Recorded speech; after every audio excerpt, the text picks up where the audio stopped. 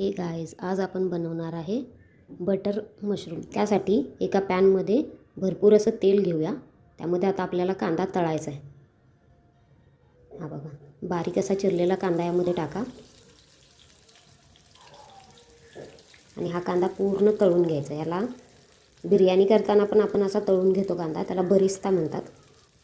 हे बघा, अशा प्रकारे आपण कांदा 2 मीडियम साईजचे कांदे मी घेतलेले आहेत इथं।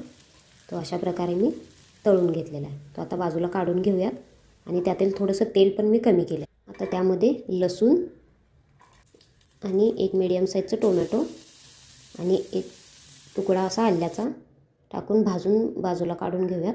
आता मशरूम स्वच्छ धुवून घ्यायचे आहेत। मशरूममध्ये थोडीशी माती असू शकते, त्याला आपण थोडंसं असं ज्वारीचं पीठ लावून घेऊया। ज्वारीच्या पिठाने त्यामधली माती वगैरे सगळी निघून जाते आणि अशा प्रकारे धुवून घेऊयात त्याला। हे धुवून थोडंसं चिरून घेतलेले आहेत मी मशरूम। आता आपण जे टोमॅटो, कांदा आणि आलं लसूण जे भाजून घेतलेलं ते मिक्सरमध्ये वाटून घेऊया। त्यामध्ये थोडंसं मी भिजत घातलेले 4 ते 5 काजू आहेत, त्यामध्ये आपण काजू टाकून पाणी टाकून वाटून घेऊया। आता एका पॅनमध्ये थोडंसं बटर आणि आपण मगाशी कांदा भाजलेलं जे तेल काढून ठेवलेलं ते तेल त्यामध्ये टाकूया। त्यामध्ये थोडेसे 2 तमालपत्री आणि आपण वाटून घेतलेलं वाटण त्यामध्ये टाकून तेल सुटेपर्यंत भाजूया थोडं त्याला। अशा पद्धतीने भाजून घेऊया। त्यामध्ये आता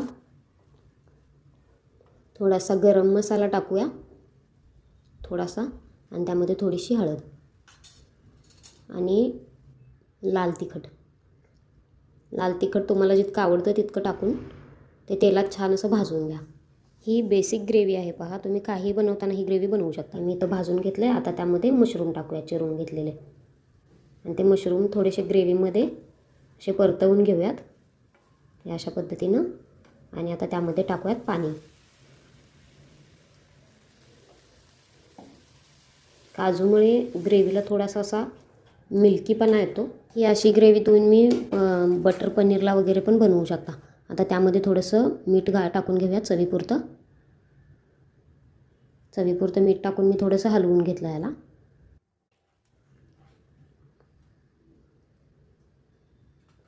आता त्यामध्ये आपण कसुरी मेथी टाकूयात।